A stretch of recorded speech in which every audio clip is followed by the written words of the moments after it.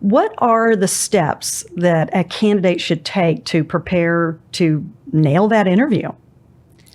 So there's a lot of steps a candidate can take, but let me try to be concise here, right? The first thing a candidate should do is really research the company. Get a strong understanding of the company's values, their mission statement, what they do. So if the questions come up in the interview, they actually have those, answers to nail. They also need to do as much research as they can on the person that's interviewing them, whether it's the hiring manager, the recruiter, check them out on LinkedIn, and learn one little nugget about them. So for example, where'd they go to college, right? Figure out the icebreaker. So, hey, Lisa, I understand you went to this college university. That's great. I went there. You got to break the ice, and that person, like, wow, they actually, looked me up and took the time.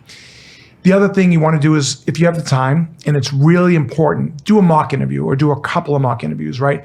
Whether it's with a roommate, whether it's with a friend, whether it's with, a sibling, because I feel that to get the comfort level down on, how you're going to speak about the company and about yourself is really important. And practice makes perfect, as they say.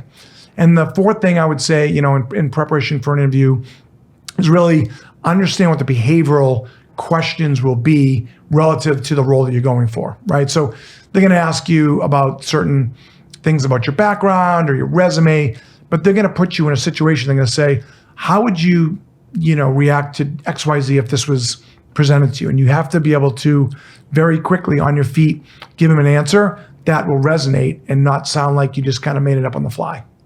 Well, and that leads me to another question regarding that of how would you advise a candidate to be able to overcome like an uncomfortable situation, challenging question, something unexpected during an interview? Yeah, so that's tough, right? Because you don't know what the questions are that are coming at you. So what I try to coach professionals on is have a canned story or two, right? So you can always pivot from the question. So if someone asks you a question, tell me about the most difficult, situation you were in and how'd you overcome it? That's the typical, number one interview question. If you look it up, what you can do is you can have a story to tell and say, well, at my last job, or if you're coming out of college, I had a college project in which I did this. So, I was asked to be the team lead, and these are the three things that I did for the entire team. And then we had to make our presentation. I took a leadership role and prepared the whole team. I did the PowerPoint deck, but I collaborated with everybody else. So you want to have this sort of story that you can tell that contextually fits the question, but might not answer it the exact same way, if that makes sense. Definitely makes sense. It's all about really being prepared. And it's kind of like, like an athlete would not just go and run the race. They're going to prepare for it. So this is the college grads or that candidate looking for the job. This is their race, and they just flat out need to prepare for it.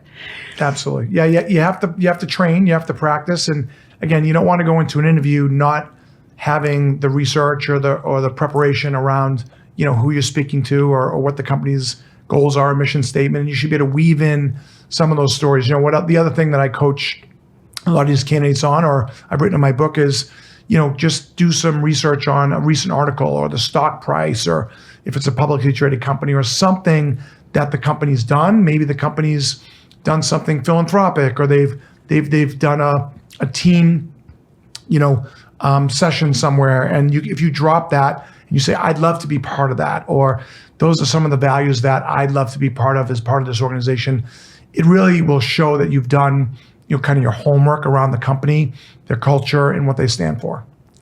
Let's talk about how a candidate can really showcase their talent and their experience to mirror that of the actual position that they're interested in. Yeah, great question. So, when you submit a resume online, it goes into an ATS, or an applicant tracking system, especially a lot of these large companies. And I call it the black hole, right? A lot of times that resume doesn't bubble up to the hiring manager because it's searching for keywords and it just doesn't get to somebody. So you need to think outside of the box, right? It's a game, right? You're trying to get a job.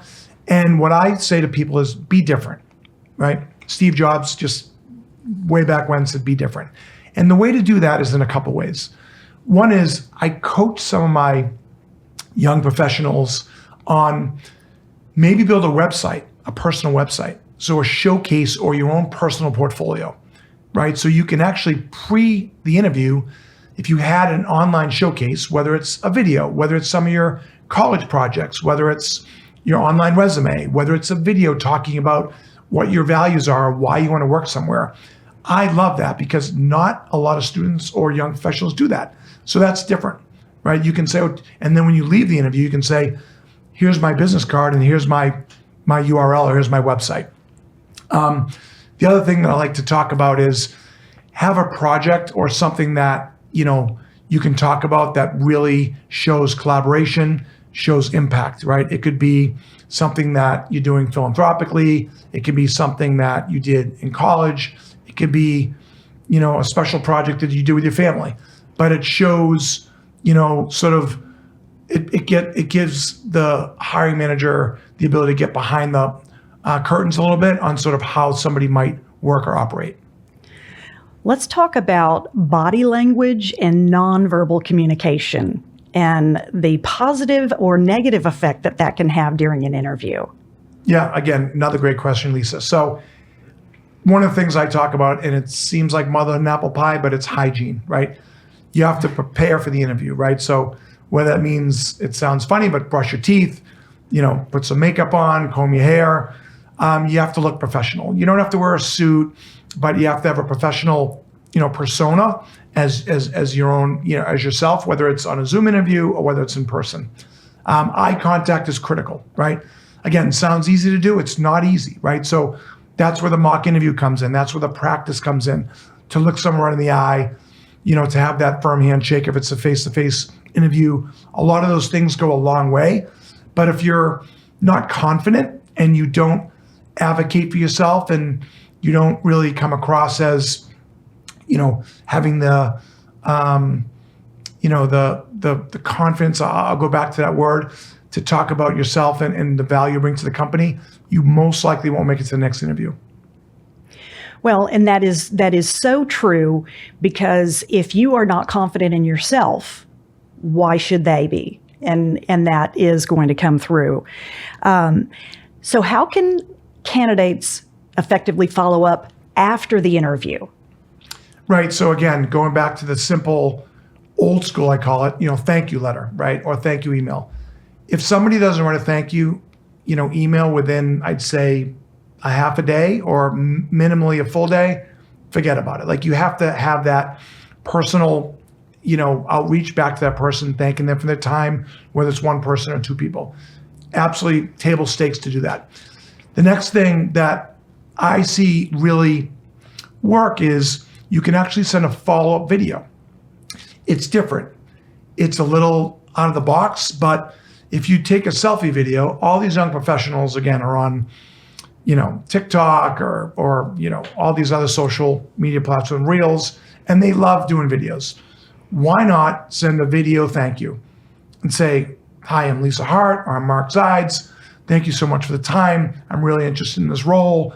Here are the 3 things that I believe I can bring to the organization. I'd welcome the opportunity to come back and continue the interview process. Thank you so much.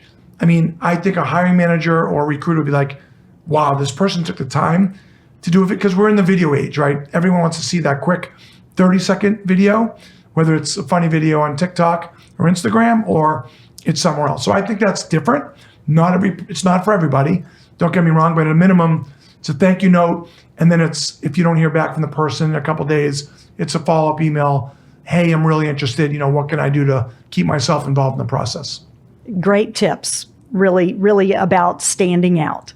And then one other thing, if I can add to that, is it's really about networking as well, right? So LinkedIn's one of the greatest platforms ever created.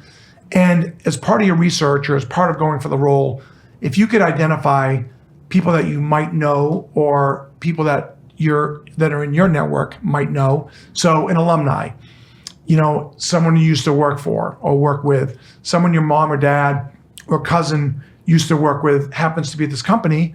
Look, people want to help other people. And everyone wants to see someone be successful. That's what LinkedIn's all about. So if you see somebody at a company or they used to work at a company, don't be afraid to reach out. Say, hey, I understand we used to work at XYZ company. I'm interested in this role. Is there somebody that you might be able to, introduce me to, or could I send you my resume and maybe you could, say something nice about me? Obviously it depends on the level of relationship you have, but I really believe that you need to network as creatively and as strongly as you can without going over the top and being, a pain in the neck, but leverage those relationships and the people that you have in your network. It'll help you get that job.